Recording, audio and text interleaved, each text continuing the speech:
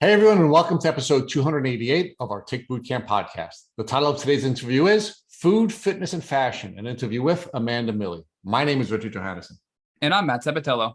Folks, we here at Tick Bootcamp are big fans of the Marvel superhero movies, and we actually met a real live superhero when we interviewed Amanda Millie. She's a young woman who immigrated from Zimbabwe to the United Kingdom, and when she arrived there, she developed a passion for wellness.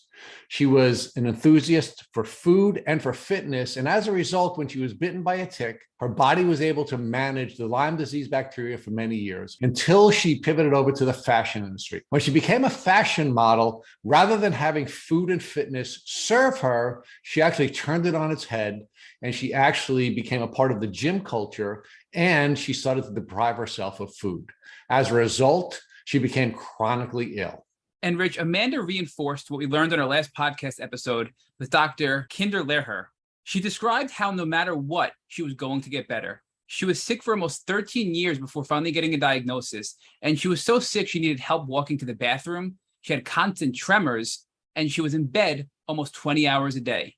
Amanda goes into great detail about the 10-step healing process she learned from her doctor that ultimately got her life back. She goes into great detail about all things detox, killing, and of course, many other things besides Lyme disease, since it's never just Lyme.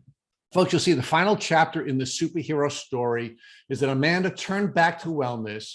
And when she allowed food and fitness to serve her rather than to hurt her, she built a foundation for healing, which resulted in her overcoming the challenges that she faced with Lyme disease. Without further ado, we're really excited to introduce to you our 3F superhero, Amanda Millie.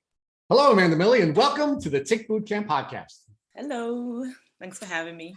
Well, thank you for being kind enough to take time out of your very busy day there in the UK and joining our community and sharing your story. So, Amanda, talk to us about, first of all, where you were from originally and where you are now currently living. Yes, so I am Zimbabwean born. I was born in Zimbabwe, lived there, and moved when I was about 10. Moved to the United Kingdom and have been pretty much a Londoner ever since. All right. So talk to us about first what it was like to grow up in Zimbabwe and then how things changed for you when you moved to the UK. Oh my goodness. So my memories of Zimbabwe, obviously it's a different Zimbabwe now, but the memories that I have are just lots of outdoor playing, lots of just fun, carefree. I was never really at home. So it was very much a community living kind of way where you could just go to your neighbor's house for lunch, or you can go. I would be out of the house at 9 a.m. and my parents would look for me at 6 to be like, it's time to come home now. Where have you been? So no one would even blink or be thinking, where is Amanda? It was assumed that I was fine, and I was. So it was a very, very sort of large family environment that you were living in when you were in Zimbabwe. It was, yes, it was. So it was quite the culture shock when we moved to the UK, because also I remember it was right in the middle of winter. It was December when we moved here. And I just remember, first of all, the shock from the difference in the weather, being absolutely freezing at the airport, thinking, what on earth is happening right now? And it was very different. So I went from just completely being outdoors all the time to just being at home and watching TV and not knowing anybody. And London living is really different because people don't even know their neighbors. You know, you could live in the same apartment building and not even know your neighbor's first name. So to me, that was just so strange and so weird. Like, how do people live like this?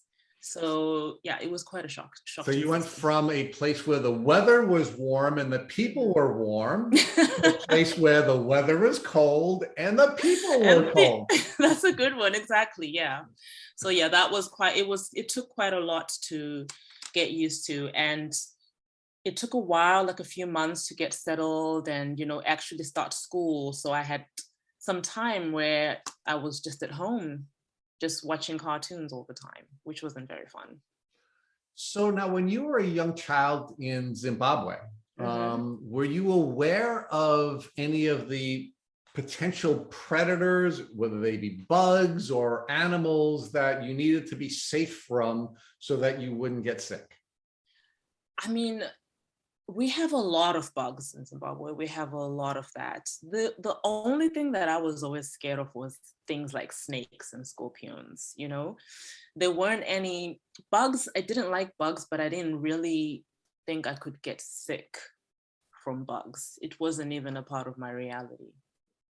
All right. So now you move to the UK Mhm. and you have this very different experience with cold weather and cold people. But you then become a part of the educational community. You start going to Yeah. school, and talk to us about what the educational experience was like in London. Educational experience was a little different, but somehow I was just happy to have more of a social life, I think. You know, I was able to make friends. It was interesting that everything, including fun and play, was so organized over here. So whereas in Zimbabwe, I could just go to the neighbors and play with my friends, we had to organize play dates. It was a very interesting contrast for me, but definitely a lot better now that I was able to acclimatize myself. So now, when you were going through your educational experience in London, Yeah. were you taking any health courses or any courses that were designed to help you to understand who you were and what you needed to do to keep yourself healthy? No, I think we learned a lot about the normal things that, you know, like malaria or other disease. We never really learned anything involving anything to do with, like, you know, being bitten or what the protocol was. So I had zero knowledge of anything of that nature. All right, so you had zero knowledge from your either cultural or educational experience in Zimbabwe Yeah. about ticks or tick diseases. And now you come to the UK and you have zero information about ticks and tick diseases during your either cultural or formal education in the UK, correct? Yeah, All exactly. right. So there does come a time, Amanda, during your childhood in the UK where you get bitten by a tick. So share with us about that experience. Yes, so we had gone camping. So I was about 13, 14, I remember. We'd gone camping, and it was just outside of London. So it wasn't anywhere that's super rural. And I remembered the next afternoon, I saw that I had a tick bite on my leg. I didn't actually even know that it was a tick bite. I remember showing a friend of mine, and she was like, "Oh, just pull it off." I pulled it off and forgot about it. Didn't think about it again. I think the next day discovered that I had a bit of a rash in the area that I'd had it. And to be honest, showed it to my mom. She was like, "Oh, you know, just put some ointment on it. It'll be fine." And that was the last time we ever spoke about that. Just Okay. life carried on. All right. Well, I'm sorry that was the last time you ever spoke about that then, but we're going to speak a little bit more about that here so that we can build this out as friends. So, well, you said that we went camping. Who were the we that you went camping with? So I went camping. It was a school trip.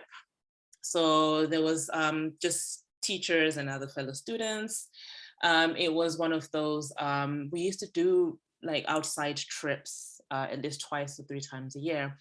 I had never been camping in my entire life, so I was really excited about this. And it was all right fun. You know, we did a lot of like camping, fireside chats, and, you know, making roasting marshmallows and things like that. So overall, to be honest, to me, it was just an amazing time. Right. I So it just was. happened to get bitten. That was So it. you were well. We're going to talk about that in a second. So you were sleeping in sleeping bags, I assume, and Yes. you were sleeping in tents, and you were sitting near the fire, and you were doing all the cool things, all the cool outdoorsy things that you do. And of course, the only time that we can have fun doing any activity, any outdoor activity, of course, is if we make sure that we put ourselves in a position where we're safe and we Mhm. put proper precautions in place. So for example, if we were going out camping somewhere where there were bears, we'd want to make sure that we properly protected ourselves from being attacked by a bear or having our food eaten by a bear, right? So what kinds of precautions were you urged to take as a student when you were going out to this trip with your fellow students and your teachers? Yeah. I think it was just, there wasn't any, because it was just outside of London, we didn't have any fear of wild animals or anything like that. And it's the UK, so we don't have snakes and things like that. So really the only precautions that we were told the most was to just, stick together, maybe some bug spray in case there's like a mosquito to, just to keep yourself from getting bitten by that, and have fun. So now what kind of precautions did your mom and your family urge you to take, right? I mean, obviously, as a parent yourself, when your children are away from you, right? And when your chickens are away from, the mother hen, you're always going to have your anxieties, right? And there are going to be little pieces of advice that I'm sure you'd give to your boys or your mom had given to you. So what kind of advice did your mom give to you before you went off on your little camping excursion with school? Not to stray from the group, to stay with the group. And why is that? Let's stay with that for a second. Why do you think your mom would tell you not to stray from the group? Or why would you give that same advice to your boys if they were going on the same trip? Yeah, just to stay safe, not to get lost in the woods. Right. Much, yeah. Or make sure nobody kidnaps you, or exactly. you find yourself. So there are some protections that have to be put in place because we wouldn't want anything inappropriate to happen, whether it be a kidnapping or anything like that. So there certainly was this concern that you would not come in contact with an unhealthy person who might do something that could be harmful to you. Right? Now you said they also urged you to bring bug spray. Why was that an important part of the protections that you were going to be putting in place? Yes, so you don't, I think the biggest thing we were scared of was mosquitoes. So you don't get bit by mosquitoes. So, to protect yourself from getting bitten. Right. So you could get malaria, or you could get all kinds of other diseases from it. Right. Yeah. So one of the things that I find to be really interesting is that when you were living in Africa, you were concerned about scorpions, right? I mean, that was one of the things you pointed out that you were a little concerned about before you immigrated to the UK. And I'm wondering whether or not now that that ticks are in the scorpion family, whether or not maybe that was something that you should have had some heightened awareness about before going out on your camping trip. Yeah, I suppose, but it didn't even factor at the time. Right. So now you get this tick bite. You only share it with your friend. You don't keep the tick, right? You just throw it away, right? And then you get a rash. How long after the tick bite did you begin to see the rash? I noticed a rash start to develop the next day. So the next afternoon, actually, I just looked at my leg and I noticed there was a rash there. And I assumed it was from the tick bite because I thought, okay, I got bitten. So it's to be expected that you would have some kind of reaction from it. So, Amanda, what did the rash look like? Was it a bullseye rash? It was a bullseye. Well, now I know it to have been a bullseye, yes. But at the time, I didn't even think twice about it. I didn't show it to anybody until I got home a few days later. Okay, so you now get home and you're all excited to be back home again, and you're now at least aware enough of this rash that you want to share it with another person. Was it your mom, your dad? Who did you share the rash with? I shared it with my mom, and she doesn't really know much anyway about ticks or tick bites. So she just said, let's just put an ointment on it. It'll be fine. And that's what we did at the time. So do you know what kind of ointment your mom gave to you? And if you do you know if it had any steroids in it? I wouldn't know. I'm not sure about that. Yeah. So your mom thought it was something that wasn't urgent enough for you to even have to go to a doctor to have it examined. She said, "Hey, let's just put this cream on," and you put the cream on, and you felt better. Pretty much, yes. Now, between the time that the rash first surfaced and the next couple of weeks after the rash, do you recall having any symptoms, any flu-like symptoms, or anything that led you to feel that you might have been sick?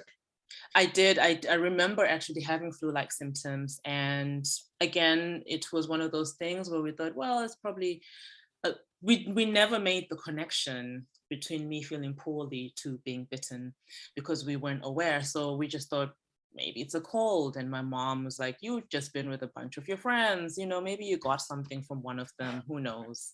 So you were out having a wild time in the woods with your friends, and you came back, with no surprise that you had a cold, and you picked up something from everyone else, and it wasn't, again, serious enough for you to go to a doctor. It was something that you could take care of at home with, whatever home remedies your mom was going to be using, whether it be aspirin or cold medicine or something like that, right? Yes. All right. So how long did the flu-like symptoms last before you went back to being healthy again? So I remember actually feeling poorly for about a couple of weeks and thinking this is taking longer to recover from than when normally I would get a cold for like a few days and then I would be fine. And just being really extremely exhausted for like a week after that. And then I think things just kind of went back to normal. Although I say normal, it wasn't the normal that I was used to. From that time, I would constantly get tired easily. I remember that, but never made the connection. So, Amanda, from the research that we've done on you, I can tell that you're an athlete, right? I mean, you've posted a number of different images of you working out on Instagram, and you're an athlete. Were you an athlete as a child, or was that something that developed during your adult life? I think it developed as a young adult. I discovered I was constantly, when I was in school, because I was really tall from a very young age, I would have everybody wanting me to be on the netball team or on the basketball team and things like that. And as I got a bit older, I really discovered a love for physical exercise. I fell in love with running. I just fell in love with working out. I always loved how I felt after I did a workout. And I used to go really hard with the kind of workouts I did. Like, I loved the intense workouts. I loved the endorphins I used to get after doing that. So it was just something it brought me pleasure, something that I just really did for fun. So talk to us about how this tick bite and the health issues that you were developing were impacting now your life, specifically your health, and when you were engaging in physical activities. So at that age, from when I was bitten, I wasn't as physical as I got later on in life. So I think I really started to get into working out and being physical from about the age of 18. At that point, I didn't have any symptoms or anything that was in my face enough for me to say, oh, okay, no, this is a problem. I would have, like what I know now, I would have flare-ups here and there. I would have moments where I'd have extreme fatigue for days, or I would wake up in the middle of the night drenched in my own sweat. And then it would ease. It was ebbs and flows. So I was still able to somewhat have a normal life. I just thought of it, oh, that's just weird, and would carry on. So let's talk about, again, that life. I mean, so you said that you began to develop a passion for exercise and fitness. Mm-hmm. So they were healthy lifestyle choices that you were engaging in. How was your diet, and how was your lifestyle otherwise? Were you living a largely healthy life? And do you believe that allowed you to sort of manage these ebbs and flows that were coming with these flare-ups? That's very interesting. I was living a very healthy life. I was really aware of what I was putting in my body at the time, and I was doing a lot of health. I wasn't really drinking as much. I was eating pretty much a paleo lifestyle at the time and not having sugar.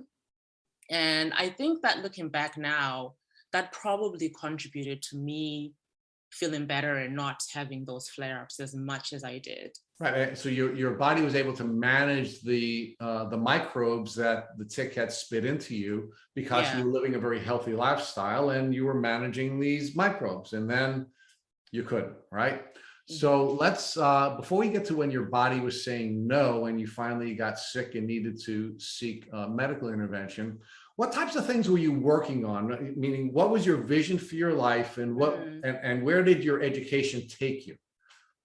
Yes, so I was modeling full time a lot of the time. I was doing a lot of things, actually, now that I think about it. So I graduated in magazine publishing, and I very much wanted to go into that that world. And I was doing some work experience and had hopes of one day starting my own wellness magazine, because that was my interest. So apart from like fashion modeling, I was, working and doing internships. It was a pretty fast-paced life. So there were times when I was working maybe like 16 hours, 14 hours a day, but I enjoyed it, so it didn't feel like it was work. So it sounds like it was an exciting life. It sounds like you were given some opportunities, to model, which of course is really exciting. But one of the things that we often see when we interview folks in the entertainment industry and the modeling industry in particular is there are a lot of stresses, right? Yes. Some of the stresses come along with just the amount of hours you have to work. Some of the stresses come along with just the kind of pressure you're under in the entertainment industry and some of the unhealthy people you come in contact with. Some of it has to do with the demands that are put on entertainment professionals and models in particular. So talk to us about how all of that was impacting your health and how that ultimately perhaps played a role in your body ultimately saying no. Yes. So I've had a lot of time to really think back to that time, and as exciting as it was, in modeling, there's a lot of pressure as well to look a certain way. And my love for fitness and eating well actually developed into an eating disorder. So I think that's when things that started to take a downward slope. I was not eating well, sometimes under eating, sometimes binging and purging, and I was over exercising. So I was putting my body through an intense amount of pressure and no longer nourishing myself as I should. So, I mean, one of the things we've talked about with some of the guests that we've interviewed in the past is the gym culture, right? And the culture of exercising for appearance rather than to support ourselves and support our immune system. And now you're introducing another interesting concept, which is eating not in a way, sort of the nutritional element of the gym culture, where you're eating not to support yourself and support your body, but because of the way you would appear, right? So talk to us about how your love for fitness kept you very healthy during an element of your life or a long stage in your life, and your desire to support yourself and to feel good, because that's how you described it just a moment ago. Yeah. You became passionate about fitness because you enjoyed how it made you feel, not look. Feel. And you said you were really careful about what you put into your body, and during that window of your life you were able to manage the microbes, and then things changed, right? You were engaging in fitness and at least nutritional activities that were based on not supporting yourself but your appearance. So talk about how that pivot changed your capacity to manage the microbes. Yeah, it's quite a contrast, isn't it? Because I remember being so obsessed about getting to a certain body fat percentage. And I remember I would Google it all the time. How can I get to less than 10% body fat? Which now I think about it is absolutely ludicrous. It's ridiculous. Especially for a woman, right? I mean, exactly. But the thing with it for me was that the skinnier I got, the more work I got in the modeling industry. So it took me a lot longer to actually realize that there was a problem here, because I was doing all these unhealthy things. I was pretty much running on empty, and I was booking jobs and I was being told how amazing I looked. And I really ignored a lot of huge red flags. Like my hair started to fall out, and I, like what can I buy? What treatment can I do to sort this out, rather than stop and think, okay, wait, we need to stop and evaluate what's happening right now.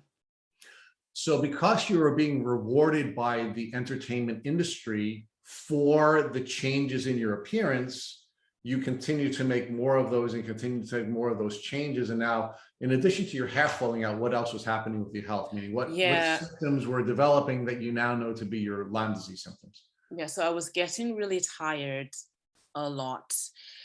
Brain fog became a part of my daily life. I was forgetting the most mundane things. There was a time, I think, when I really, really woke up, is I was so tired. I was sleeping all day and still feeling exhausted, waking up feeling exhausted. I started to, and I ignored all those things even as they were happening, which is, it's ridiculous, because anybody who would tell me even an ounce of the symptoms I had right now, I'd be like, this is an emergency. But I kept going, and my body decided it was going to make me stop by any point. And I remember I was at an event. I was quite exhausted at the day, and I went to this event, forced myself to get ready, get dressed. I got there, started to feel really groggy, started to feel really tired. I went to put my shoes on, and I couldn't even bend over to buckle my shoes. My friend had to walk me to get me into a taxi. I came home, and I remember my partner, when I was getting undressed, looking at me in absolute shock. My entire body had so much inflammation. I had a hunchback on my back, and I couldn't stand, I couldn't walk. And from that point on, it was, I was in bed for a good month. From that day, I needed help going to the bathroom and coming back. I was waking up shaking all over. I was drenched in sweat. I couldn't even, like, I was so affected by little things like sounds and like the TV and things like that. I just couldn't. A lot of the time I wanted to be in a dark room by myself. So when did you first start to seek medical intervention? Meaning, when did you first start to see doctors during this phase of your journey before your body said no and you crashed? So I actually sought medical help quite a lot over the years, because, as I said, symptoms were coming in ebbs and flows.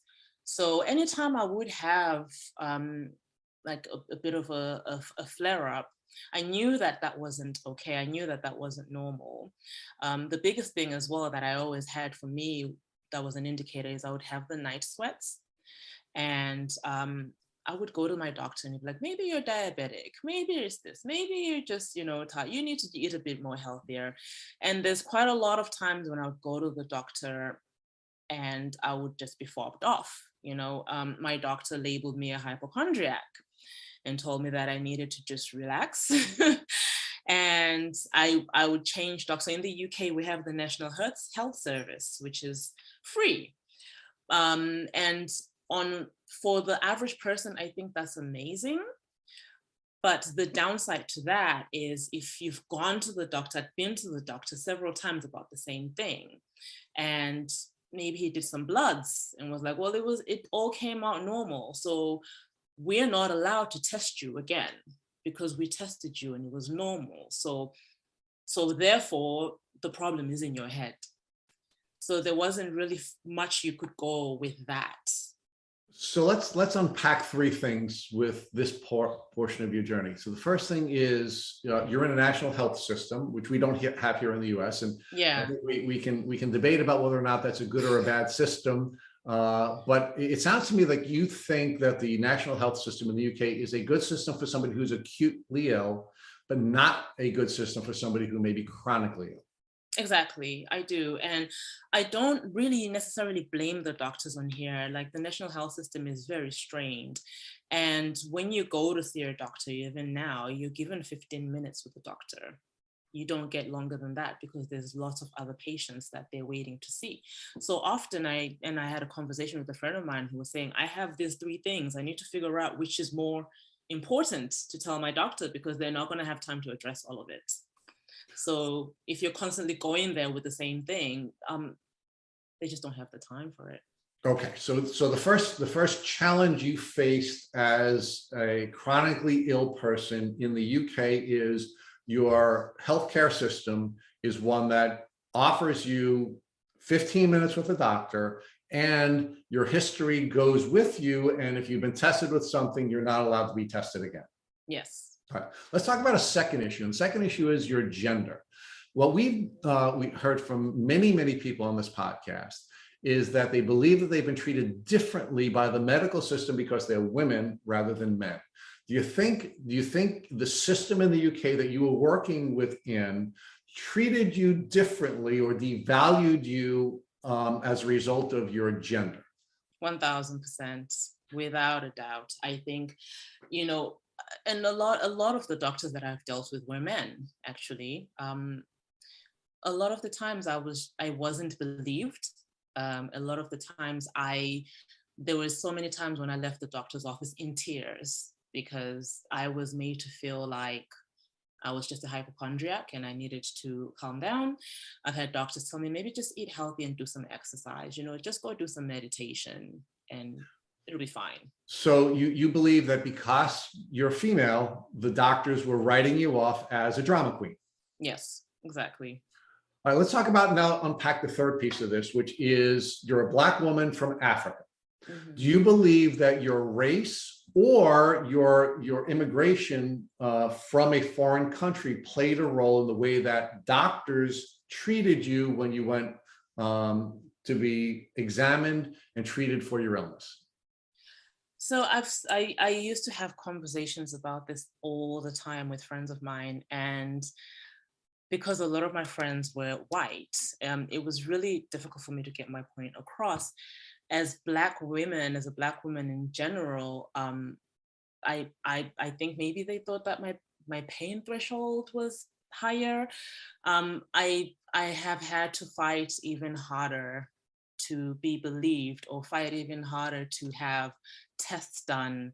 I've had to write in. I remember when I finally had enough and was told we can't test you for anything else, I had to seek help from a friend who was also a doctor and have him write a letter for me that was formally written and written in the lingo that they would understand before they could even be like, oh, okay, then come on, then we'll draw some bloods.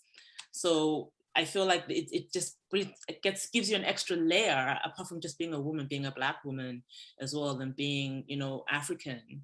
It didn't play in my favor at all. So let me ask you about this dichotomy that I've thought about before when we've interviewed Black women in the past, right? We have on the one side of the coin this bias that Black women have a higher pain threshold, but on the other side of the coin, we have this issue where women are thought to be essentially drama queens and hypochondriacs when they come in. So I'm wondering why perhaps doctors wouldn't give you more credibility as a Black woman who allegedly has a higher pain threshold if you're coming in and complaining about your illness and not calling you a drama queen. So talk to me about that conflict and how that, you know, that played out in your head. Yeah, I think it's just, you know, especially coming from my experience with the NHS, the doctors that I've dealt with here, while I was still, because I've since went private, I realized in order to take my health seriously, I was going to have to shell out the money and go private. With the doctors here, there was very much a lack of empathy and a lack of understanding, or even wanting to understand your situation, or even seeing you as an individual. I don't think I was seen as an individual. From the minute I walk into the office, I'm already labeled and I'm put in a box. So it's really hard for them to really see Amanda, the person there. Simply because the volume of work that they have in a national health system doesn't allow them to do that. So what does it mean to go private? I mean, that's another thing that, we deal with in a different context here in the US. Yeah. What does it mean to go private? So I soon realized that I was getting sicker and sicker. I was having a lot of these symptoms and being told it's in my head, or, you know, being told to take some antidepressants because clearly that was the issue. And so I started seeking answers myself. You know, I started going online. I started trying to read things, and I found out that if I wanted to get tests done, I would have to go private and pay private doctors for that. So it's a lot different here, because then it starts to become very expensive, because with a lot of like those doctors, before they can even, for them to even have a consultation with you is like £300 for them to sit down and talk to you and be like, okay, tell us about yourself. So can you give us a context for folks in the US who are listening to this? What does £300 mean? Meaning how much how much were you making per week? And what percentage of your weekly salary would 300 pounds equate to? Well, because I was modeling, so I was in a really good financial, I was lucky, let's say. So I was making good money at the time because I could get a job that could pay me five figures, and things like that. But for the average person in the UK, sometimes that's their entire salary. An entire week's salary would be Yeah, would be taken up in a one in a consultation. yeah. So I mean, we're talking about a great deal of money Yeah. for the average person to step out of the public health system and to go to a private doctor. Now, is it legal for doctors to have private practices in the UK, or did you have to leave the UK and go somewhere else for your private treatments? It is legal for doctors to have private practices in the UK. They're all kind of clustered. Like in London, we have Harley Street, which is like the private medical street of London, and all the private doctors are there.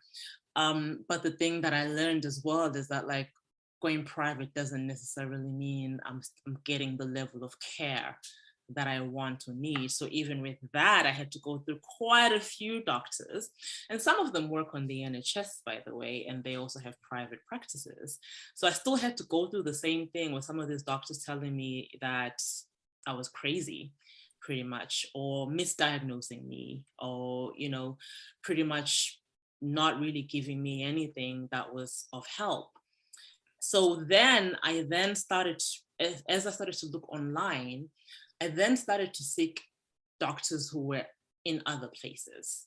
I remember I spoke to a doctor who was in Australia. I spoke to a doctor who was in Arizona.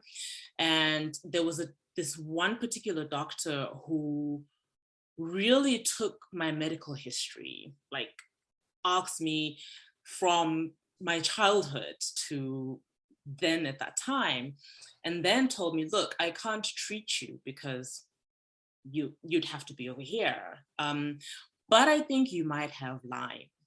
Okay, so let's pause there. This is an important part in this podcast.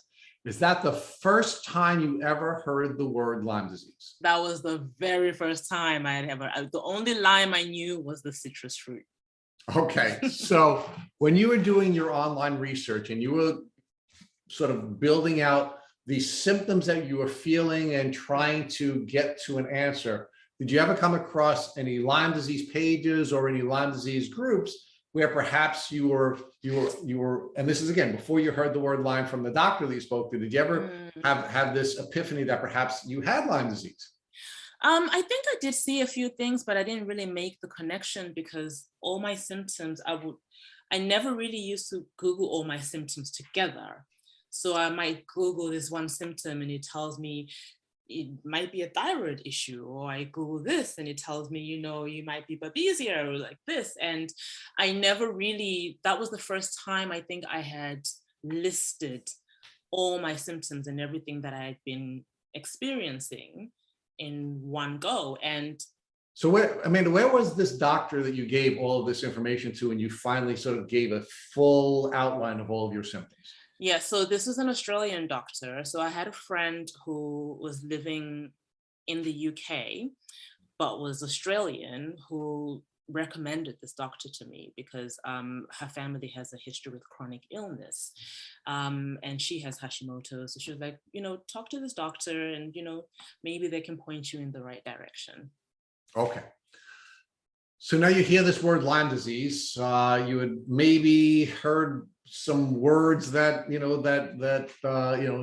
want to talk to you about the Babesia in a second. But now you have this new disease on your radar. What does that cause you to do?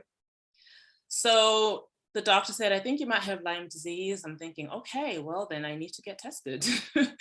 I need to find out if I have this disease. I need to go and get a test. So I went back to the private doctor I was working with, like, can you test me for Lyme disease? They did the test, it came back negative. Okay, so let's pause there for a second. So when you went to the private doctor who you were paying a ton of money to, and again, I know you had resources because you were modeling at the time, and again, you're still modeling, but you had a lot of resources. So you're paying this doctor what is the equivalent of a week's wages for the average person in the UK. And you say to the doctor, hey, I want to be tested for Lyme disease. Did the doctor say, you have a whole range of options that you can use for testing? Did the doctor say that most of these tests are not accurate tests? Did the doctor give you any insight into the possibility of having co-infections, and maybe Lyme disease is defined as a lot of different things? I mean, what did this doctor say to you when you said, I want to be tested for Lyme? The doctor said there's no way you would have Lyme disease. There is no way you'd have Lyme disease. You live in the UK. We don't even have cases of Lyme disease that I know of. But if you want to get tested, okay. That was pretty much, it was like a shrug of the shoulders, fine. There was nothing else he did mention that the test might not be 100% accurate. I'll give him that. But that was about it. We didn't discuss anything else. Okay, so it's your money. You want to be tested. You don't have this disease here. We'll do that. By the way, the testing is not all that accurate, and you pay for the test anyway. I pay for the test anyway, yes. So the test comes back negative, right? Mm-hmm. So what does that mean to you in your mind? At that time, are you thinking, all right, I don't have Lyme disease? Or are you thinking, hey, the doctor said the test isn't all that accurate. Perhaps I need to take some additional steps to build out an understanding of whether or not I have this disease?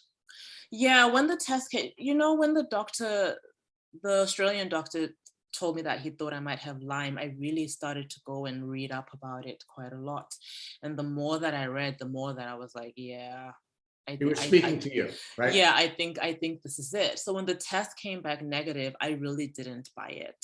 I thought, nope, there's got to be some. So I started going back online and trying to find forums where there'd be other people talking about their experience, because it was a very lonely experience at the time. I felt very much alone, and I really needed to find somebody or other people who were maybe experiencing the same things that I could talk to and get some advice or get some perspective. And from doing that, then I realized that, oh, okay, a negative test doesn't really mean I don't have it. Now, when is the first time you thought back to the tick bite and the rash and the flu symptoms you had during your childhood after you had the Lyme put on your radar? Yeah, so it didn't click immediately. So you would think that hearing Lyme and then reading about it, that I would have made the connection. But it was when I was in the forum and I was talking to people, and somebody else spoke about being bitten early on, that I was like, oh my goodness, I made the connection. Like I was bitten by this, and I was like talking to other people, like, could this be? Like, surely not, because it's more than a decade ago. There's no way. Like if that was it, then it would have been over with, it would have been done with. I didn't get as sick then as I am now. But then, like, again, like talking to people and learning more about it was when really the real ping in my head started to happen. So let's talk about your online experience, because there's an upside and a downside to online experiences. So you've given us an outline of some of the positive elements of the online experience, which was you started to connect with people who were helping you to identify symptoms and helping you to make connections between experiences that you had earlier on in your life and now what you were experiencing at this stage of your illness. That was very positive from an information standpoint. Were there any negatives for you when you were online? Oh my goodness, so many. So many. I find like it's the information that is out there is so contradictory. That was the thing. So much contradicting information, especially for me, because a lot of the people that I was connecting with I felt it had been quite straightforward for them. They got the bite, they got the bullseye, they got the diagnosis, blah, blah, blah. And for me, it's something that was like now a good decade or more later, years later. And, it's questionable. And people say, no, there's no way you would, be feeling like this or be experiencing this. And your test results came back as negative. So, and in the UK, I would say as well, only in the last couple of years have I started to see more information about Lyme being put out there.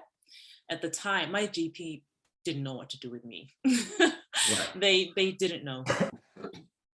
Now, again, the dark side or the negative side that people have to be prepared for when they're going online and interacting with people in social communities. Were there any other dark sides of that element? Meaning, were there people who were aggressive with you? Are there people who said to you, you don't really have Lyme, you shouldn't be in this community? Are there people who are saying that, that there's no way that somebody could have, this long gap in time, even though that happens more times than not with this chronic illness? We'll put that aside for a moment.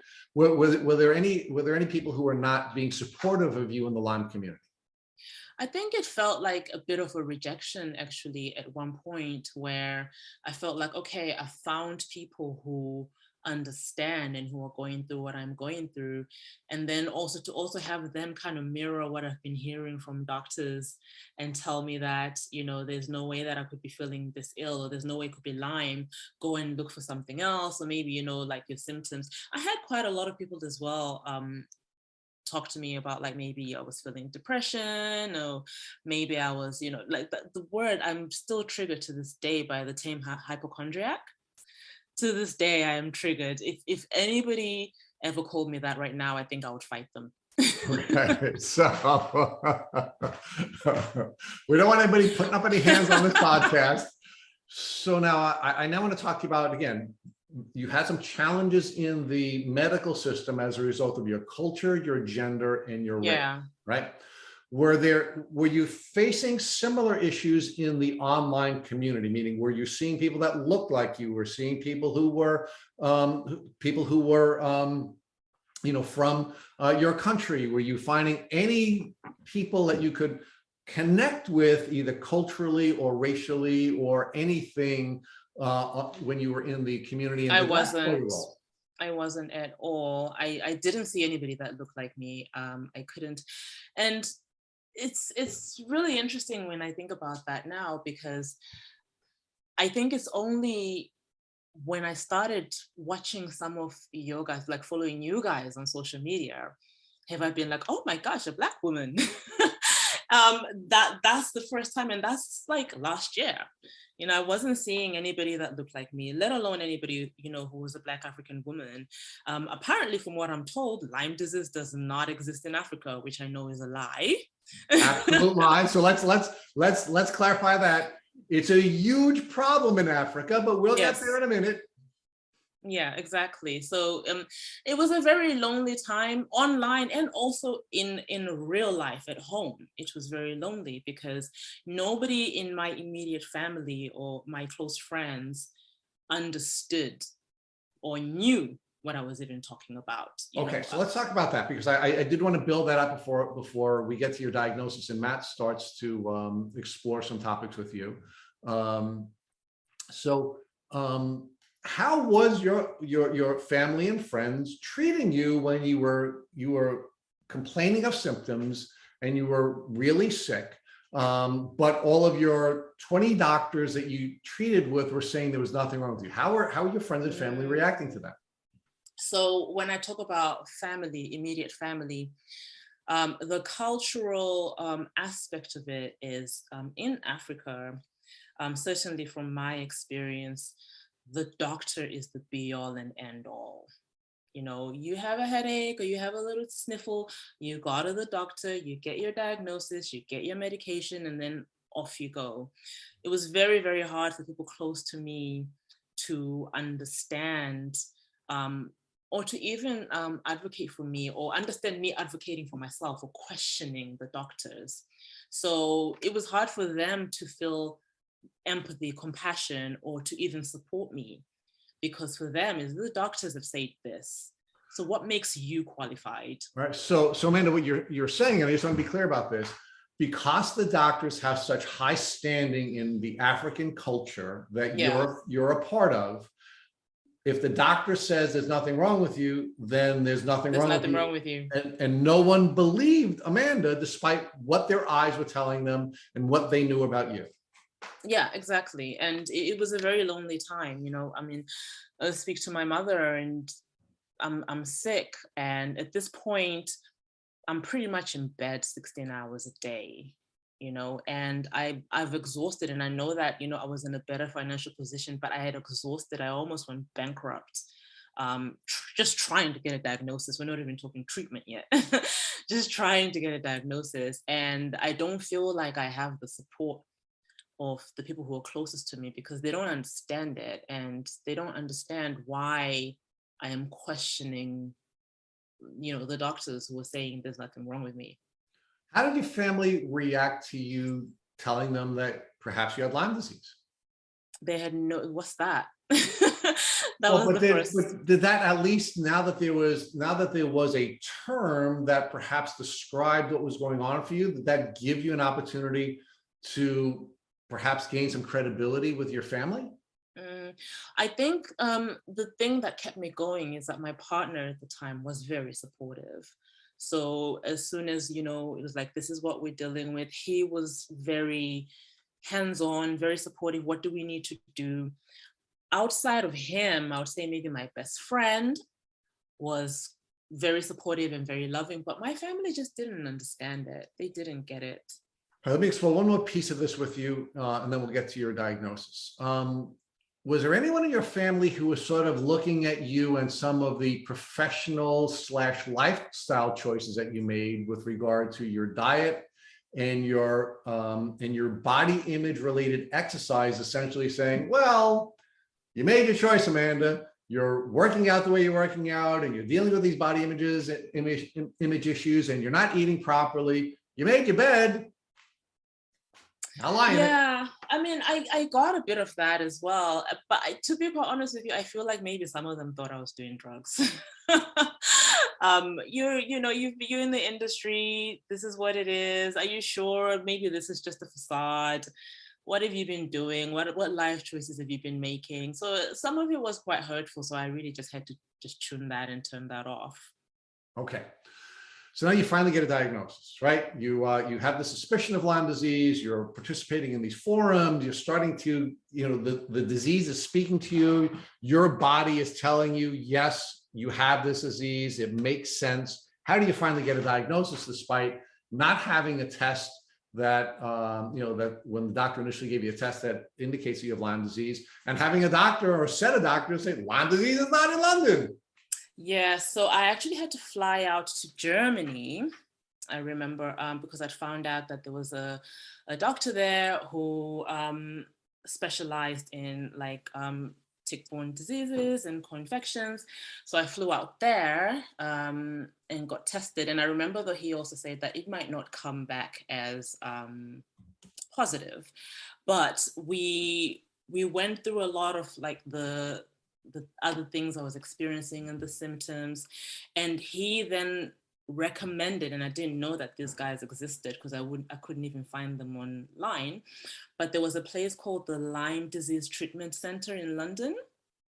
And there was Dr. Joshua Bekowitz.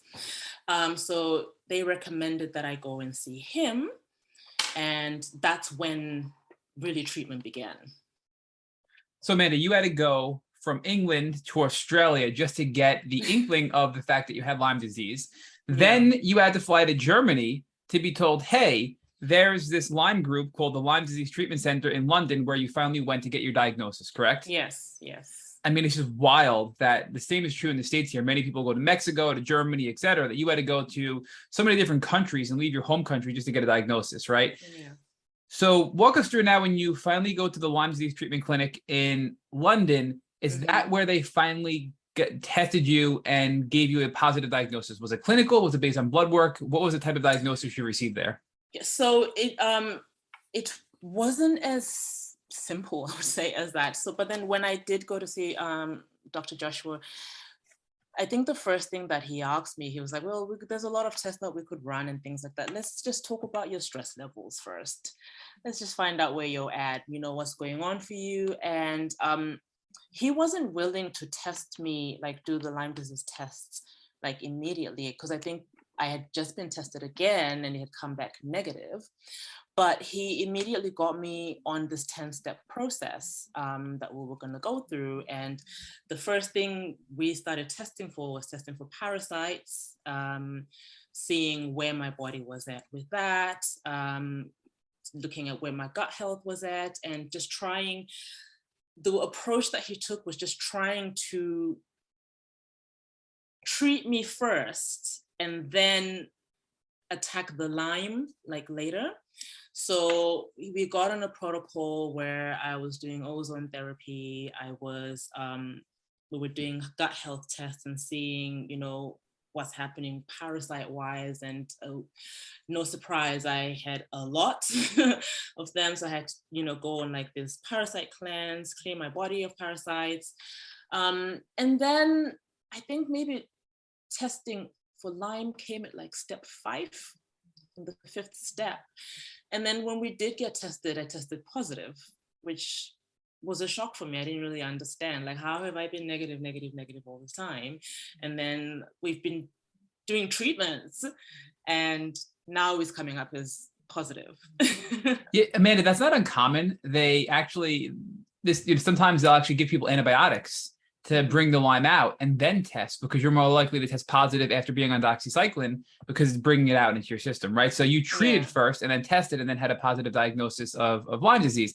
But you mentioned the 10-step process. Do you recall what each step was? If not, can you give us just an overview of that 10-step process? I actually, before I came on here, I brought it up because I wanted to get it right. So there was a 10-step process, which was, hold on one second. Sure.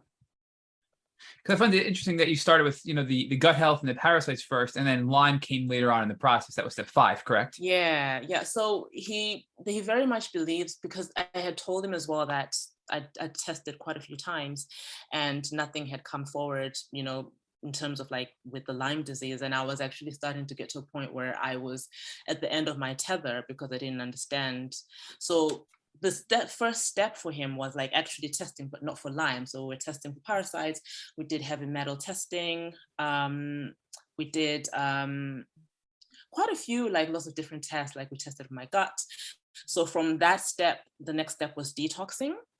And that was when... Amanda, I'm going to jump in real quick. I'm sorry. From that testing, you tested positive for parasites. Did you test positive for anything else during phase 1? Pretty much almost everything that we tested, it was becoming a shock if it was negative. So including heavy metals, you had heavy metal toxicity as well. Yeah. So we did have to do heavy metal detoxing from that, same as with the parasite cleanse. So part 1, identify what's going on the best we can. Part 2, detox to help our bodies eliminate the parasites, eliminate the heavy metals, etc. Correct? Yes. Okay. Yes. So what was in step 2? What specific detox tools did you use to get rid of the heavy metals, the parasites, etc.? We did quite a lot. So with the parasites, I think I was cleansing for parasites for about almost 6 months. And we did quite a few things like glutathione drips. Glutathione was very much a part of my life. We did drips, we did supplements, we did suppositories. Any way that I could take it, pretty much we were doing that. Coffee enemas, was doing that, a lot of those as well. And I found those helped a lot with just helping me with like the energy wise. Infrared saunas, I was doing infrared saunas 3 times a week. And that helped. It also helped me just in terms of like inflammation and with sleeping better. Detox baths, that's about, I think, most of what I can remember. And there were things that they were encouraging me to do by myself at home as well, like dry body brushing every day before I get in the shower. So this is a pretty comprehensive detox regimen you were on, it sounds like. Yeah. Now, Amanda, when you did step 2 and you started doing all these things, were you getting relief? Were you feeling better, or were you having Herx reactions as well? I wasn't, and I think that was the most frustrating thing. I'm really glad though that Dr. Joshua did warn me about this. He was like, look, we're going to do all these things. Don't expect to feel good immediately, because it really, apart from like being able to sleep better, it really wreaked havoc on me. I felt horrible. But I had been prepped for that. So I knew to expect that it might get worse before it gets better. Why did Dr. Joshua say you would feel worse before you felt better? Because these are things that are removing toxins from your body. So did he explain why you would feel bad when you were doing this detox phase? Yeah, I think he explained that, like, as the toxins obviously come up and it's been dormant for quite a while, it's not unusual for your body to react, and for you to feel it until we kind of get to the other side where we're getting them completely out of your system. Okay. And again, all of this is out of pocket. This is not something that's covered by the national, No, health national program health. that you have there, right? Okay. No. And the treatment, I'll tell you, was definitely more than $300 a pop. Yeah, I went for broke pretty much. Not even joking. I almost went broke with treatment.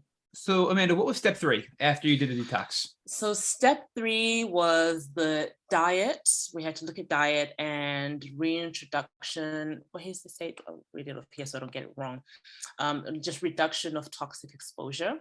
One of the biggest things that we did at the very beginning that I could do at home was to, be aware of the things that I was putting in my body and the things that I was using, things like my deodorant, my cooking utensils. These are all things I had no idea about, like my makeup, my skincare, things like that. We just completely had to get rid of anything that might be toxic.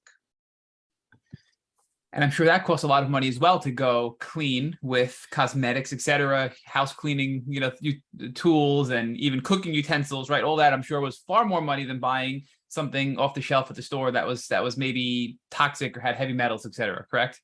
Exactly. It is not cheap to live a clean lifestyle. Let me tell you that. Definitely not. So walk us through step 4. Step 4 was when we really started to support my body. We were looking at like the gut support. We were looking at what kind of supplements I could take to help me heal. We were talking a lot about just tools to use and supplements and things to do to really support my immune system. So this was not supplements to kill. This is still in a support environment to just build your body up, rebuild your immune system, rebuild your gut health, etc., correct? Yes, exactly. Do you recall, Amanda, any supplements or tools you were on at this point that were helping you? So were you on any herbs or supplements for your gut health specifically that you can share with our listeners, or anything that stands out during this step of the 10-step process that was noteworthy? I was taking a lot of different herbs. I remember that, but I think in terms of supplements, the way that Dr. Joshua works is we would do blood work to see where my levels were with like all the vitamins that I would need. And then we would supplement in that way because I didn't believe in, just supplementing or over supplementing. So we'd see where my vitamin levels were in terms of like vitamin C, vitamin D, and things like that. And then he would prescribe supplements that would support me in that way. But then another thing as well was just getting like normal sunshine. That was heavily like try and, go out, which is not always easy in England because it's always gray most of the time. But that was also like a big thing of like just try and get natural sunlight. Grounding was another thing as well that was recommended that I do, to just, feet in the grass, feet on the ground every day for a few minutes, just to give my body that extra support. So Amanda, it's so interesting you bring these things up, because for me personally, these past few weeks, I've been finding sunshine and grounding to be so helpful in my healing journey. But for me, it's helping even more with my nervous system, right? So I'll go outside and I'll sit in the sun, and I don't want to get out of the sun, because by the time I'm done for an hour, 2 hours, and I'm out there for a while, I don't want to come back inside because I just feel like at such a state of calm that I never thought I'd experience that day. And it's just wild, right? So a lot of people, I'm going to kind of couple these two topics together. A lot of people always challenge us and DM us or email us or contact us and say, hey, I don't have money. I can't heal. I don't have the money Amanda did. She was a model. She had a ton of money, right? But you're giving us a model here. I mean, you're literally going through this 10-step process. Many of the things you're outlining can be done, right? So we can pick a lot of these things that you're sharing with us implement them in our own lives, and see real significant results is what I want to share with our listeners. I want to just take a moment to highlight that. And would you agree with that, Amanda, that there are a lot of free or 100%. And I love that you said that, because I feel exactly the same. Right now it's summer and I feel so good. Like in the morning, I get up, I'll have, a cup of tea outside with just my feet on the ground, and just feel the sun on my face and just feel the earth. And we really underestimate just how much of a difference that makes. So now in step 4, support your body, gut support, supplements, sunshine, grounding. Really, this is really more of a restorative phase, right? So what comes next in step 5? Step 5 was building the immune system. And I think we kind of touched into that. We coupled them up. Building the immune system, which we used a lot of like olive leaf extracts as well, and like cordyceps, to just support my immune system, to get me, I guess, to get me to a place where I could be ready for the next step. So what was that second? You mentioned olive leaf extract, and I think did you say cordyceps? Is that the mushroom? Is that what that is? Mushrooms, yeah. So I use those pretty much. You can get them anywhere at the moment, and you can have those, with your tea. You can have them with your smoothie, and they really, for me personally, they really made a huge difference to my energy levels and just to me feeling a bit more alive. I believe they're an adaptogen as well. So I think they're good for immune support, but they also help regulate your nervous system. Is that correct, Amanda? Yes. As far as I know, yes. So that's cordyceps, cordyceps. And again, a very inexpensive mushroom people can buy to regulate their nervous system and also bolster their immune system to combat the Lyme bacteria. So again, here you are giving us tips that people can do in a very inexpensive way, right? So 5 is all about the immune system. Olive leaf extract, cordyceps. Anything else in that step? Yeah, and just the supplements that we spoke about in the previous step. Vitamin C factored a lot in that for me as well. So vitamin C was actually almost as important as the glutathione was. So how did you feel when you took vitamin C and glutathione? Because obviously those are super antioxidants, right? Which can help you with all of these toxic, oxidants, things, these free radicals in your body that are causing damage to your cells. How did you feel when you took glutathione, whether it was through an IV or a supplement, et cetera, and also taking vitamin C? How did that help you feel physically? That helped me with my energy levels. Quite a bit. So I took the glutathione and the vitamin C. I think I noticed pretty much the next day a difference in my energy levels and me feeling a little more awake. So before we get to step 6, I do want to bounce back to step 3 when we talked about the makeup and the toxins and removing all the toxic exposure you had in your life, right? Yeah. I mean, you were a model. And part of being a model is, and you are a model, right? But part of that is you have to wear makeup, right? You have to put things on your body like makeup. And that's just, I feel like, an expectation of the industry. So how did you find clean makeup? Or was that a struggle for you at the time? Being a model, making money to pay for all this, but also having to change what you're doing to look good to be a model because there's expectations there on that end, right? Yeah, so the first thing that I did is I stopped fashion modeling. Because with the fashion modeling, it's so fast paced. If you're working, for example, and it's London Fashion Week, you're gonna have makeup on your face 10 times in that one space of time. So I stopped fashion modeling for a while. I actually stopped modeling for a while at that point. I mean, I still model now, but I mostly do commercial modeling. And with that, a lot of the times I will bring my own makeup with me, and they seem to be fine with that. There's not an issue. But at the time, I didn't see a way that I could make that happen. So you prioritized your health and you stepped away from modeling to focus on your health. Yes.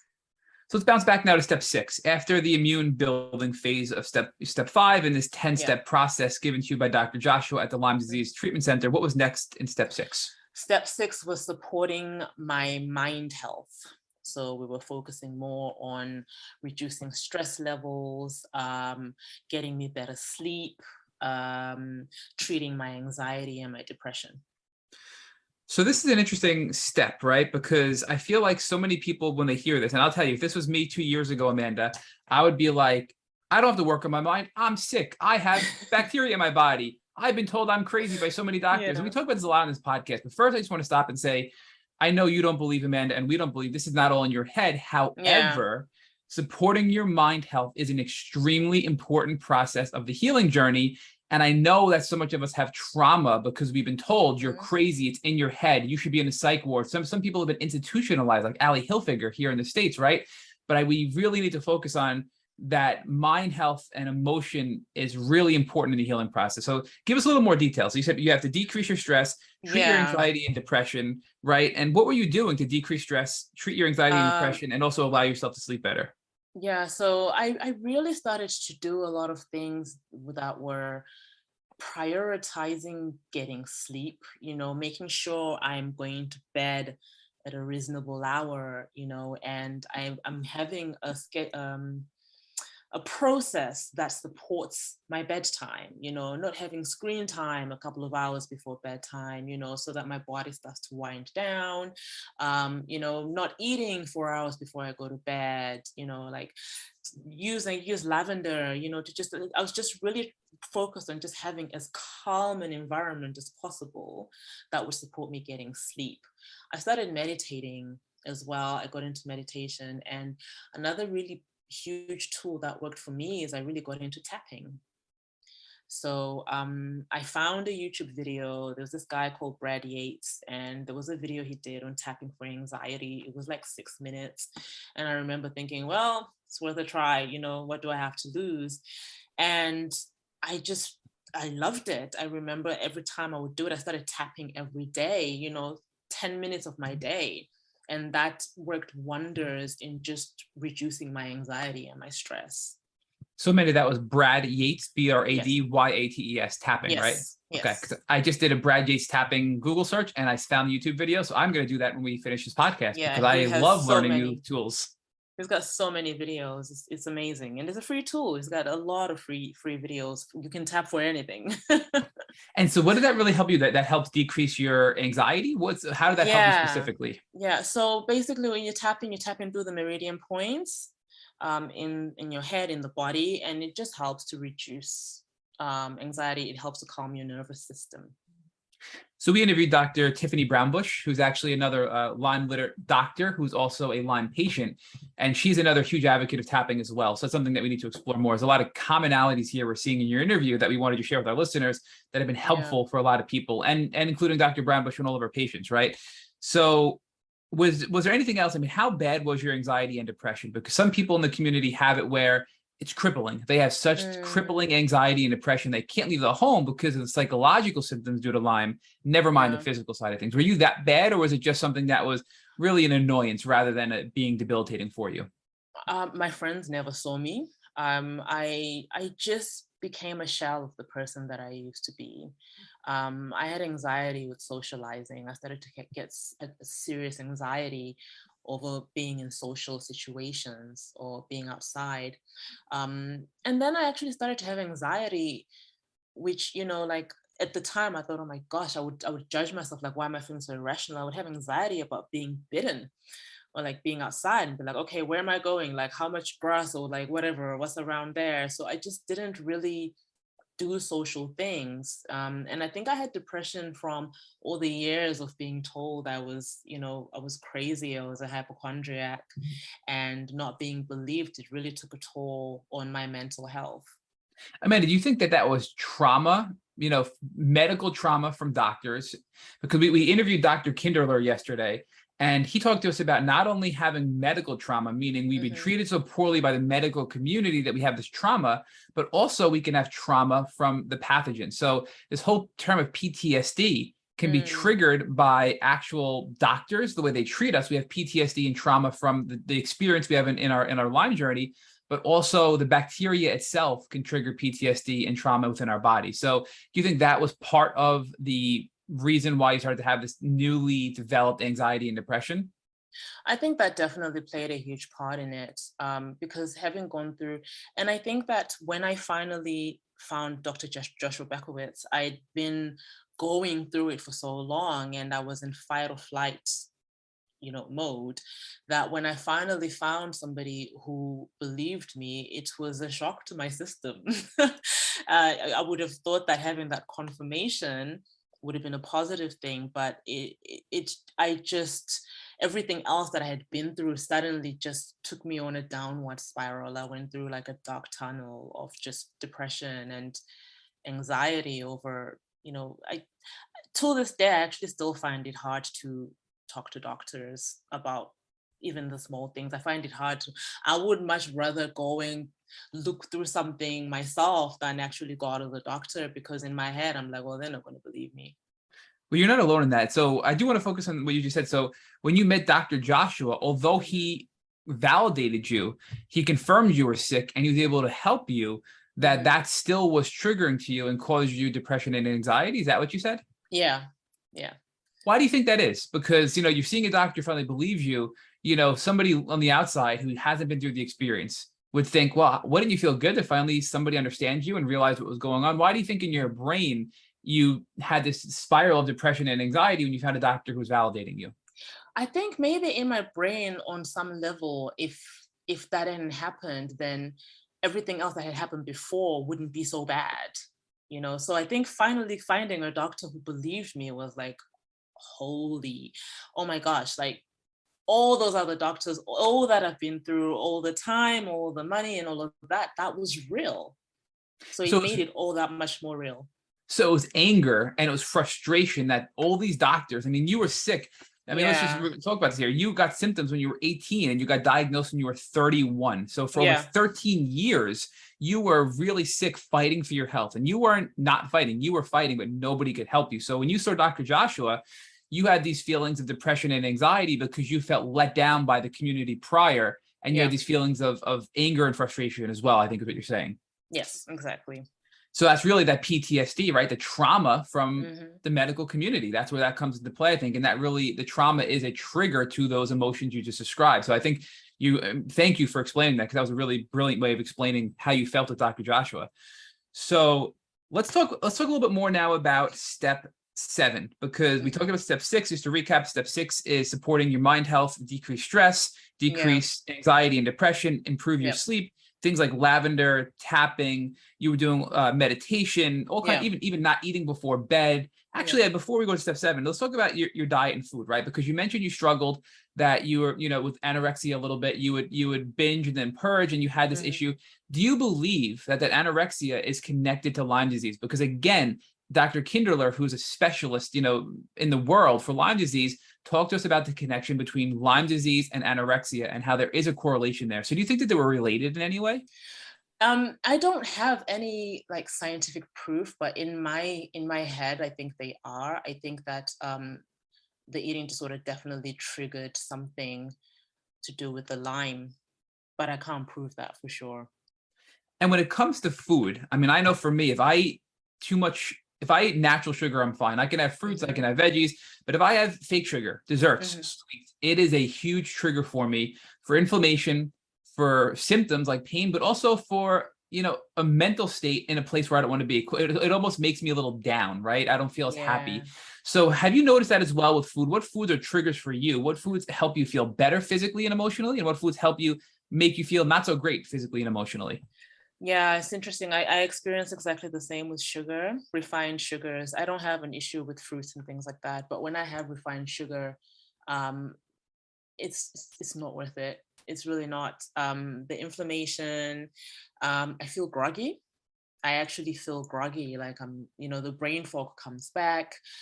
Sometimes like my muscles will ache as well. And I think maybe I'm just a bit more in tune now with my body and some of the symptoms. But I notice of all the things, and I react to a lot of other foods, but sugar, refined sugar has an almost instant effect on me. All right, so now step 7, we're almost there. After supporting your mind health, what is step 7 in this 10-step process? So step 7 is when we then started to work on killing the infection. That was when he got me started on the antibiotics. So, but it sounds like you were retested prior to step 7. Yes. Once, and that's when Lyme came back, right? So why did Dr. Joshua decide to test it in the beginning of part 1? And then test again? Is that because he has that knowledge of, as we start to detox and as we start to do these certain things in your life, we're more likely to get a positive test once we begin the process? I'm guessing that's where his head was at with this. That's exactly what it was. That's why when he warned me when we first tested that don't get down if it comes back negative. Like it's fine. It usually will. We'll test you again, and that's why we went through this whole protocol so that I guess like everything that we've done, step 1 to 6, helped bring the Lyme up. So now it's step 7, with all the testing done previously, what were you testing positive for? Because I think you have babesia based on the night sweats that you were talking about earlier. So I'm thinking babesia, Lyme disease, obviously you had parasites, you had heavy metals we know about. Was there anything else that's noteworthy for the listeners to hear about what you tested positive for and you were starting to treat in the kill phase during step 7? Those are the main ones, I think. I think like the babesia and the parasites and the heavy metals were the 3 main big ones that showed up for me. And from Lyme, was Lyme a clinical diagnosis? You said babesia, heavy metals, and parasites. Was Lyme really not, or do you think it was just babesia, not Lyme for you? He tested for Lyme as well, and he came back positive. It did. Okay. So it was Lyme, babesia, heavy metals, and parasites were the keys. Yeah. Now, what were you doing during the kill phase? What specifically were you doing to kill off the Lyme, babesia? Because we know Lyme requires, if you're going to go Western, it requires antibiotics, but babesia requires an anti-malaria drug. Heavy metals require generally some sort of either pharmaceutical binder or natural binder, right? Parasites require a lot of different tools too to help kill the parasites and detox them from your body. So what was in your toolbox based on your testing and diagnoses to now kill all the things that were getting you sick? Yeah, so we treated the Lyme last, actually. So we worked on treating the babesia, we treated the heavy metal, and the parasite. We've been doing that for months, and then when we finally got to the Lyme, we were doing antibiotics, like IV antibiotics, for a while, and I was on those for some months, actually. I was on treatment for about 6 months. We were going and treating that, and then I think like Dr. Joshua Berkowitz does recommend long-term antibiotic use.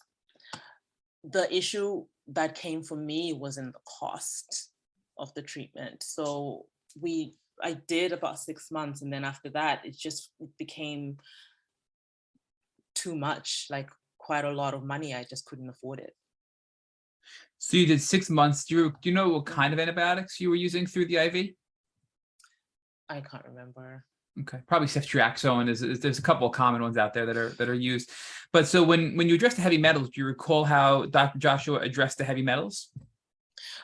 He put me on some supplements and there were some drugs that he made me take for the heavy metal detox. When we did the detox, and then he put me on some drugs for them. So let's talk about the parasites, because parasites can be an ugly topic, and a lot of people don't feel comfortable speaking about parasites because ultimately when you pass a parasite, if they're a GI-based parasite, they come out when you go to the bathroom, right? Yeah. So did you go through that experience? Were they primarily intestinal parasites, or were you also dealing with like microscopic brain parasites and parasites in your bloodstream, or was it mostly in your GI tract and you were seeing them come out and having that nasty experience that many of us have been through? I was seeing them come out. It is the most horrifying experience I have ever had in my life. For a long time, I would be in the bathroom just screaming because what on earth is this? Yeah. Did that thing just come out of me? Now, Amanda, this is another question we hear often about parasites. Did it ever stop, right? Because some people, we had this discussion with a lot of leading Lyme doctors. If you keep treating parasites and they never stop coming out, then there's something else going on in your body, making your body hospitable to these parasites if they're coming out in such large quantities.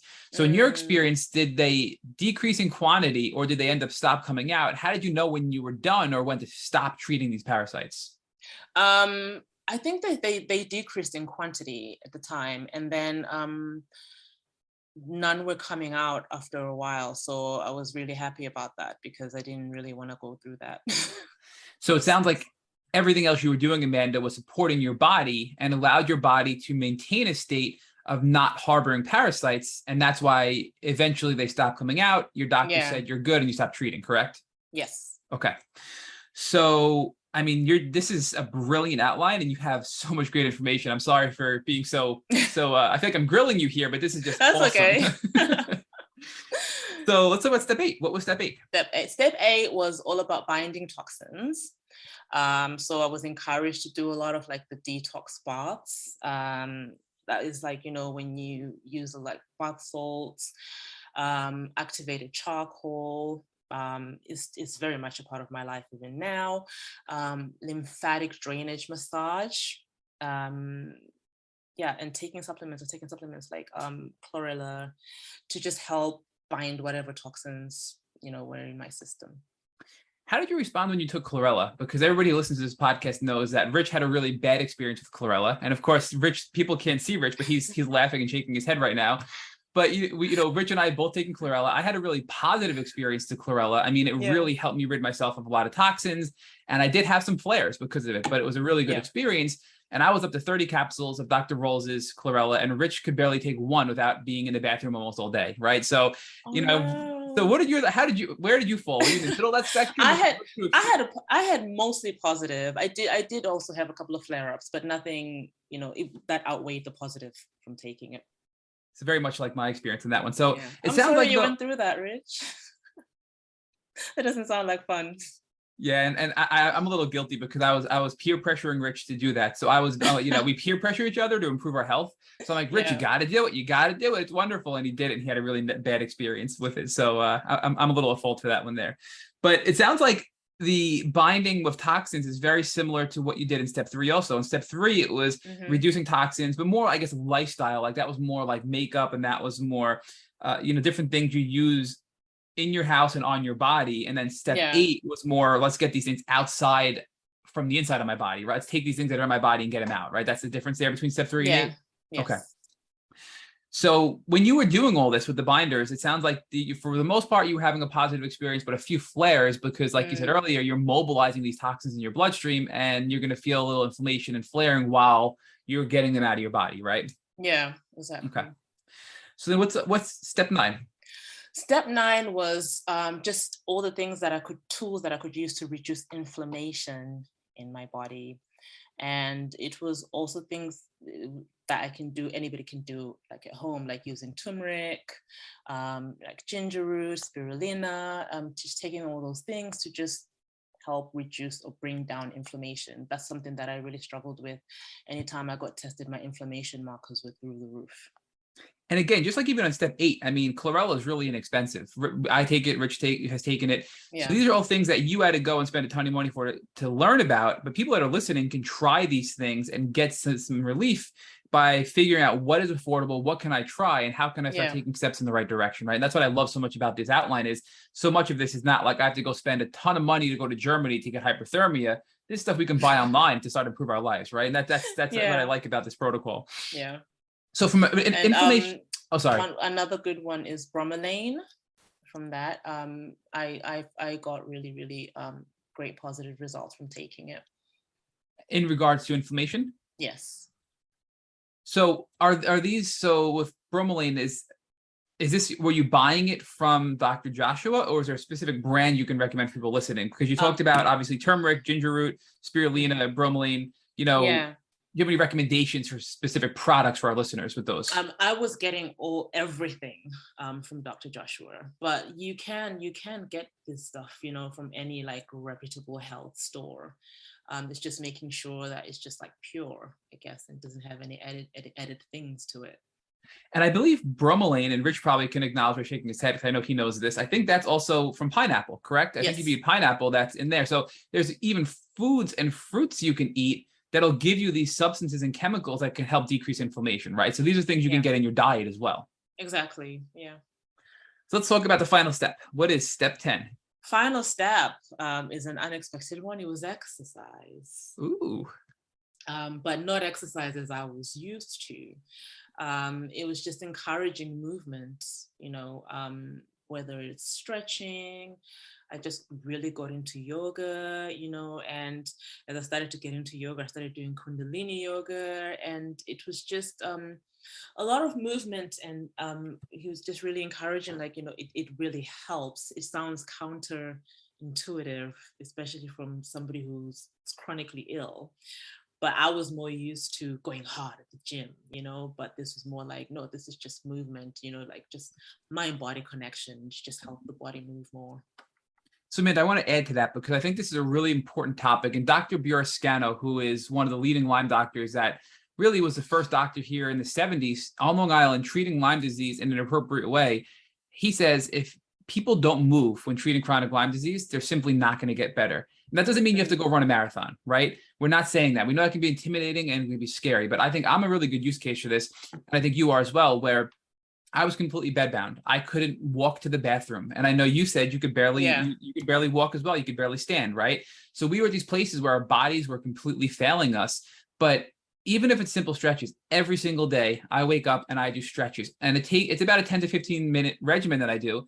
Gentle stretches, gentle exercises, just to build some, muscle, some resistance training that I do. And then I try to walk as much as possible every single day. And as little as that sounds, it has been extremely helpful in my healing journey. And I'm trying to do more. And I know it can be frustrating for people like you and I, Amanda, because we were so go hard before we got sick, right? I mean, I was an avid runner. You were a go hard person as well. So it's frustrating, but that doesn't mean we can't do little things, little pieces of movement that really help our journey in this healing experience with Lyme disease. So how important do you feel this has been for you in your healing journey, Amanda? Oh my goodness, so important. Walking is an underrated one. It's so underrated. Just taking a walk every day, doing some stretches.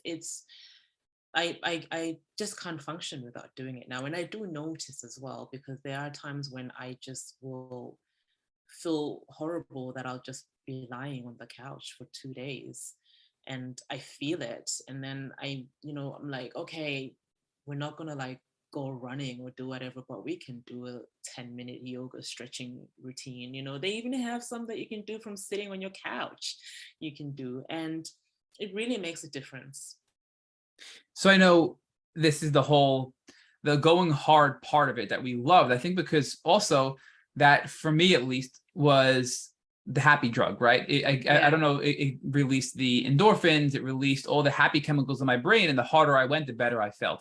But it also was counterproductive because it's immunosuppressive. And when we're dealing with Lyme disease and a variety of toxins, having an immunosuppressive behavior like going hard and exercising is really bad for overall health. And I think in my case, that maybe contributed to my chronic illness, right? So there's a balance there. I mean, do you think for you as well, Amanda, that your going hard was resulting in you becoming immunosuppressive, which made your body now fall into this chronic illness state at some point? Yes, 100%. And knowing what I know now, I wouldn't do it at all. And educating myself as well, and just realizing going hard is not the be all and end all. You can still support your health, by doing gentle exercise. So, I mean, you went from being in bed 16 hours a day. Yeah. You went from being so sound and noise sensitive where you could barely watch TV, you said, right?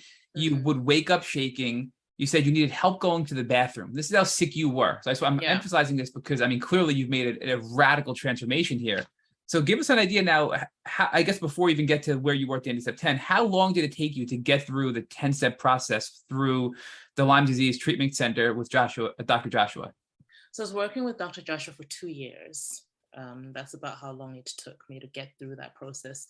I started to feel better about a year in, where I felt like I could kind of function on my own. And then now I would say, I feel like I have a handle on, I've so much more awareness of what to do to help myself as well. So there are things like, we were just talking about, refined sugar, for example. There are a lot of things that are within my control that I can do. How I eat is a big one. What I put into my body is a big one. Same as with the toxins and, makeup and things like that. But there are also things that have just been incorporated I've just incorporated them as just a part of my life. So instead of maybe I used to do infrared saunas 3-4 times a week, maybe I'll go to one once a week or once every couple of weeks. And that's something that I give myself, it's like, this is what I'm giving to myself to continue to feel better. I don't feel bad anymore about not being a social butterfly. I need to be in bed by this 9. My sleep is important to me, and I prioritize that. Even with my kids, like my older son is a preteen, and I'm like, well, good night. you sort it out with your dad or whoever. I'm out. But I'm now at a place where I think I'm just so much more aware of my body and what works, what doesn't work, what I'm putting into it, what not, without being obsessive about it. And that's really just helping me to keep going and keep supporting my immune system.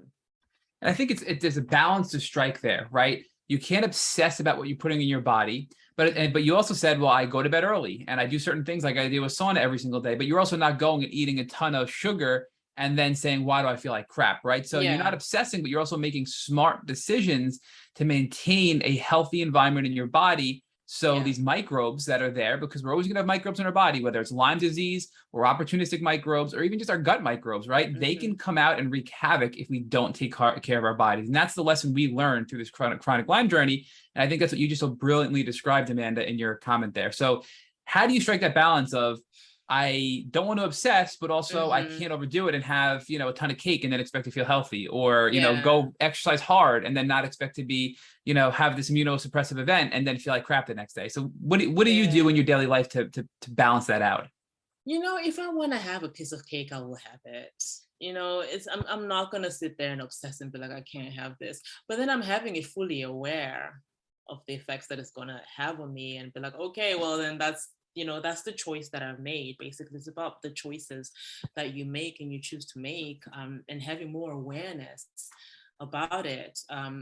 Stress levels is something that, is within our control. Sometimes not, but most of the time, if something is like a stressor, I have started to get back in the gym and do some resistance training, but I do that once a week now, whereas before I was doing it 4 or 5 times a week.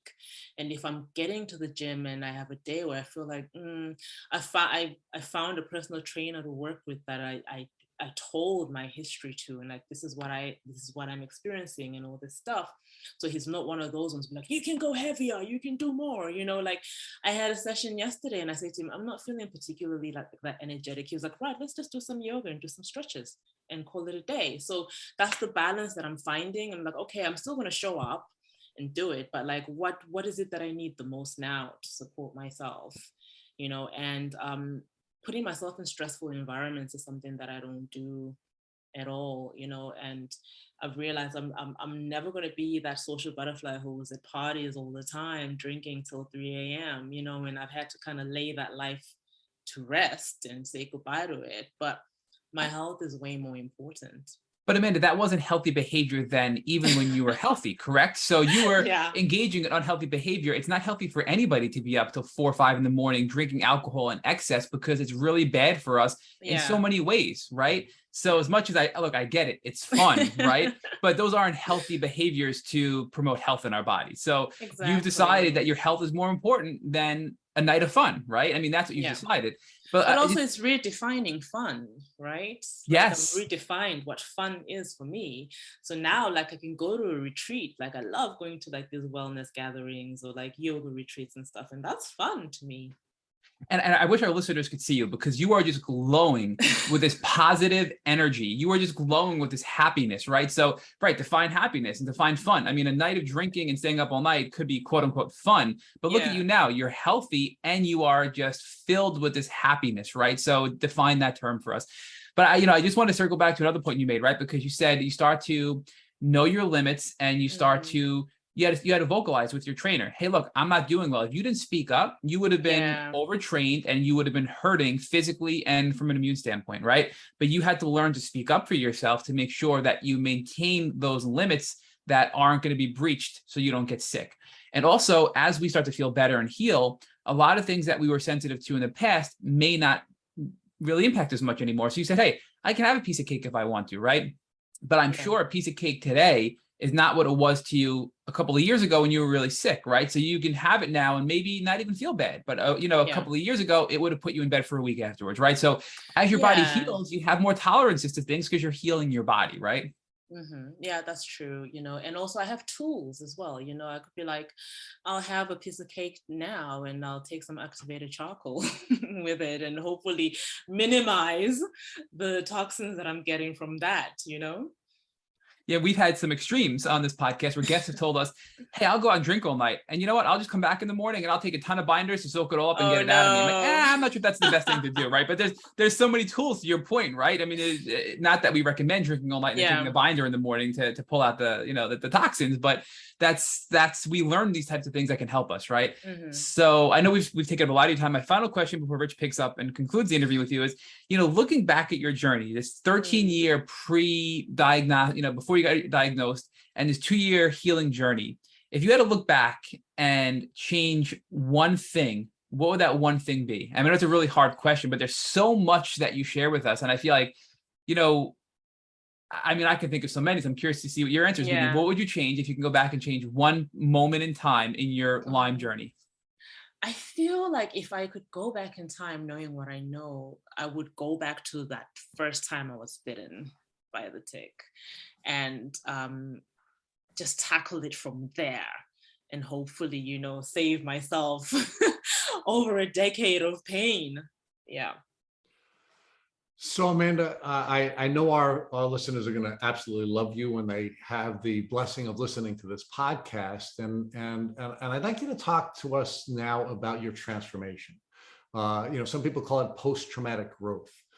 How has this been a growth experience for you, in addition to all of the things you've already discussed with Matt, where you're more aware of your body, you're more aware of what you're putting in your body, you're more moderate about your exercise, you are setting limits. I mean, you've become a very, very, smart and capable person of managing this, this beautiful body that you have. But talk about how you've grown in other ways and how that transformation is now put you in a position where you now feel called to use your experiences to help other people and lead other people through chronic illness.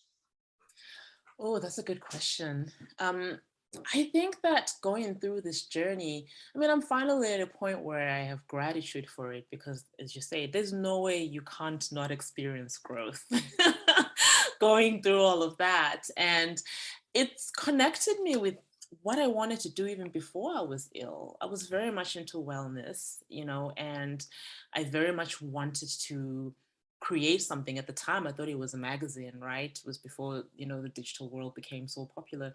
And now I think I'm so much more confident as well in myself and my journey that I would love to create a wellness platform where we can connect and share resources and support each other. And I think that was the biggest hurdle I had when I was going through this, like finding other people who understand what I'm going through and like all these other things. Even if you don't have Lyme, there's so many other wellness tools that you can use to enhance your life. And I really, really want to do that. So let's focus on that a minute, right? Because you've always had this passion for wellness, your education, your training, your desires that we talked about early on in this podcast. We're all about creating a wellness platform. But then you engaged in behaviors that were not really focusing on wellness. In fact, it exploited wellness to the point where your beauty was on display in a way that wasn't really focusing on wellness. And then your body said no, and then you had to recover from that. And now you're back to the place where you started, right? Where you now know what God created you to do. You now know what you are, what you were always created to do, because it was something that you had a passion from your childhood. And now you're in a place where you have this really powerful platform, which is how we discovered you, where you're not using your appearance and your wellness in an exploitive way. You're actually using it in a very positive and a very healthy way. So talk about that transition, how, again, you are a model, you make a beautiful appearance, and at one time you were using that in a way that was exploitive, and now you're using it in a way that's actually supporting people and helping people. You're using it as a way of getting attention to wellness and health and recovery. I think when I think about that time, I feel like all my motives were external It didn't come from within. You know, I was trying to, it's like what do they call it? A square peg trying to fit yourself in a round hole. That's what I was. You know, I was looking at what I thought I wanted to be or who I needed to be, and then changing myself in order to fit into the image that I thought I had to be. And I didn't realize that, you know, this has been a long journey of self-love and getting to a point where I love myself enough to take care of myself and value myself. And coming from that space, then I can create from that, knowing that who I am is enough. I don't need to change myself. I don't need to be what I think I should be. I can trust that who I am and what I have to offer is enough. And there is somebody out there who will connect to that. Right. And rather than chasing money and Yeah. reforming your body and your appearance to chase money, you've now come to the conclusion that actually I am enough. Mm-hmm. I can be well. And in helping other people to become well and understand that they're enough, that's when the real financial support will come. Yes. Couldn't have said it better myself. So that I don't ruin this beautiful moment, I'm going to take you to the last part of the Tick Bootcamp podcast. And one of the things that our followers who will soon get to know you and love you the way we do when they follow you on Instagram will know that you are a boy mom. And I'm going to exploit it. Your children are beautiful, by the way. You know, we were really blessed to, you know, meet them through your Instagram and the way your children are presented. So let's talk about your preteen son. That beautiful young man who you're now parenting. He comes walking into your room right after this podcast and he has a tick biting him. After you get through the freak out moment, what are you going to do so that he doesn't have to go on a chronic journey the way you have? I am immediately, well, I'm lucky that I have, you know, I have a direct line to the treatment center, Lyme treatment center. I'm taking him there immediately. That's what I'm going to do. I'm saving the tick as well. So you're going to save the tick and you're going to make sure that he has a proper medical intervention and he gets the treatment that you would have given yourself had you, and of course your mother would have given it to you had she been aware. Yeah. And of course, we want to urge all of our listeners and the people in your community to come to the Tick Bootcamp website and look at the Tick Bite Blueprint. Awesome. All right, Amanda, thank you so much for taking time out of your life and taking so much time out of your life to share your beautiful journey with the folks who are following the Tick Bootcamp community. Thank you for having me. I've never gone through my journey like this before, so it's been quite nice to be able to tell my story. So thank you. Thank you for listening to our Tick Bootcamp interview with our guest, Amanda Millie. To our listeners, we have a call to action. First, if you'd like to learn more about Amanda Millie, please visit our Instagram page at Mans Millie. Second, if you enjoyed this episode of the Tick Bootcamp podcast, please share with your friends by using the social media buttons you see at the bottom of our post. Third, we here at Tick Bootcamp have created a Tick Bite Blueprint that has been inspired by the information that has been shared with us by past guests on this podcast. We urge you to visit our website at tickbootcamp.com to view our blueprint. Please note we would appreciate any input or any improvements you would like to share with us. Fourth, don't forget to subscribe to this podcast on Apple Podcasts, Google Podcasts, or Spotify to get your automatic episode updates of our Tick Bootcamp podcast. And finally, we thank you, our community, for your comments on our past podcast episodes. Please take a minute to leave us an honest review on Apple Podcasts, on Instagram, or on our website. We make it a point to read every single one of the reviews we get. Thank you, as always, for listening.